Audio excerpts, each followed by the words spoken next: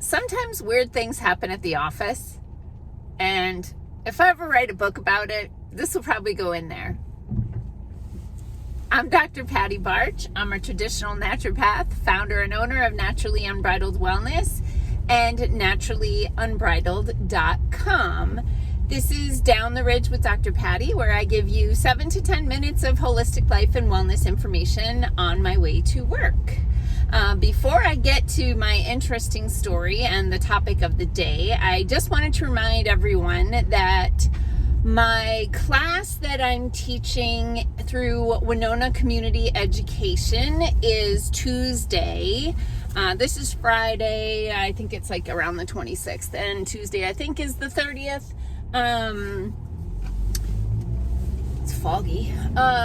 So if you want to register for that class, you can go to my Facebook page for Naturally Unbridled and click on events, and the link is in there, or just do a search for Winona Community Education, and then you can type in my name and you should be able to find it. But I'm talking about the effects of the intervention that a lot of people received a couple of years ago, and some people are still receiving it. Okay, so the topic of today's video. So about 10 years ago, I'll never forget this because I just was so taken aback. This woman brought her son in to see me, and he was probably like either 8th or 9th grade. Fills out all the paperwork, blah, blah, blah. Go in, sit down in the consultation room, and I ask, how can I help you? And she says, I want you to get him to eat vegetables.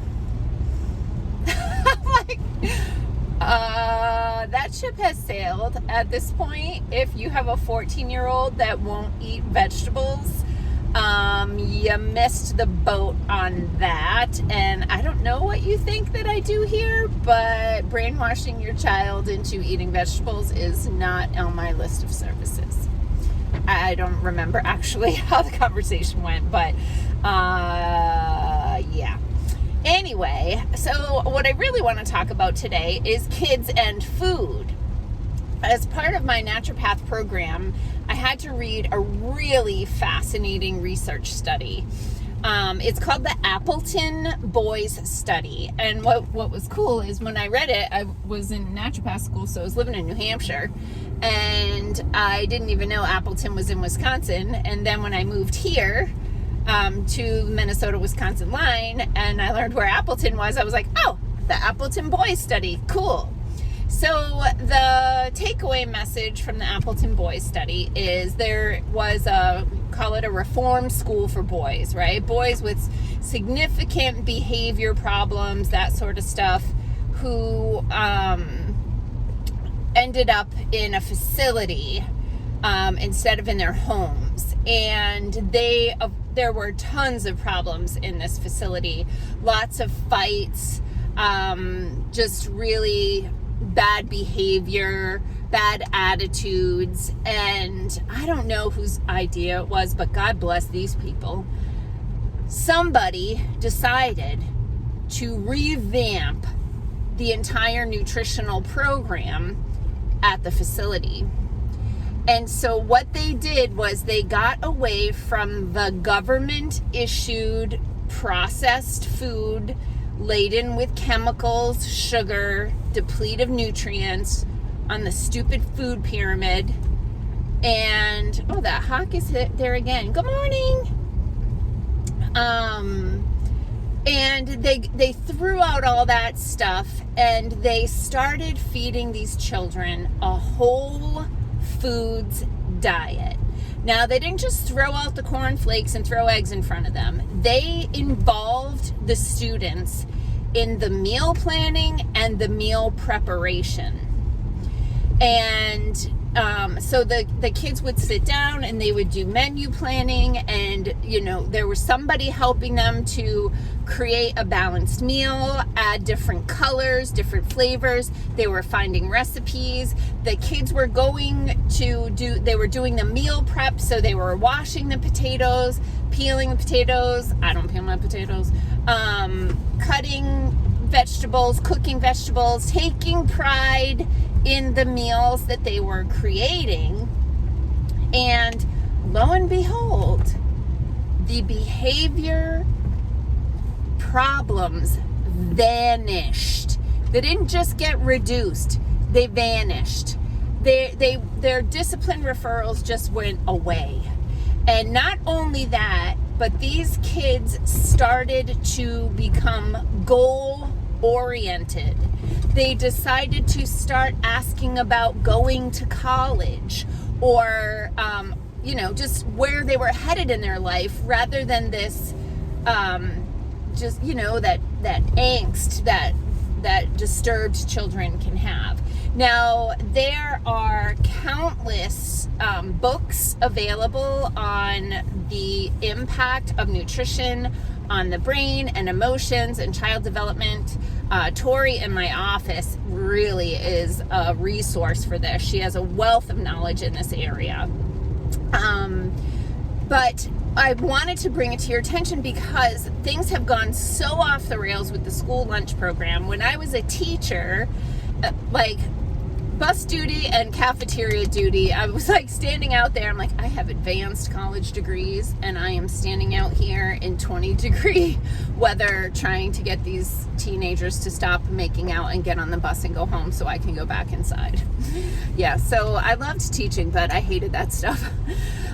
Anyway, the cafeteria duty was the absolute worst because you're watching what all of these kids are eating and it's pure crap. It is like carbohydrate city. And I would say to the vice principal at the time, the one who was in charge of the cafeteria, who was a former health teacher, I was like, do you not notice that the majority of discipline referrals are happening 7th period when their blood sugar crashes after drinking high fructose corn syrup, chocolate milk, and eating pizza that's mostly bread? I would see teenagers having a chocolate chip cookie, a bag of chips, and a chocolate milk for lunch. And some of these kids were athletes. They were competing after school, and this is the crap, right? So, I know I don't have kids, so I'm not an expert when it comes to that stuff. But what I will tell you is my friends that have kids that have incorporated meal planning, meal prep, and whole food nutrition into their child's lives, those children eat things that other parents go, how do you get your kid to eat that? And the mother's like, he loves it. I'll never forget my friend Becky. One time I said something about candy in front of her son who was 4, and she's like, he doesn't know what candy is. Because she just rewarded him with healthy snacks that he loved. So sit down with your kids and look at books on vegetables and tell them okay, so this week we want to make sure we eat an orange vegetable, a red vegetable, a green vegetable, a purple vegetable, right? And then find a recipe. And I know it's going to take extra time to do that. And I know it takes time to take them to the grocery store and have them go get you a bag of carrots or a purple potato or whatever you're going to be cooking. And then have them help you make it. My same friend whose kid didn't know what candy was, her son helped with meal prep, and she said, and the little boy said, don't tell my brother that I made this because I want to see if he really likes it. And so he was so proud and excited about it. And then when his brother did really like the food, you know how excited that kid is about cooking and eating real food because of that whole process. So even if you just started with one meal a week that you had your kid help to plan, purchase, prepare, you will find that their willingness to eat healthy whole foods versus Lunchables, that will change dramatically. So I hope you're going to make it to my class. That's Tuesday night at Winona Community Education. I think it's going to be very eye-opening for a lot of people, where I talk about why some people have significant problems after they receive the intervention and what they can do about it. Peace out, peeps. Have a healthy day.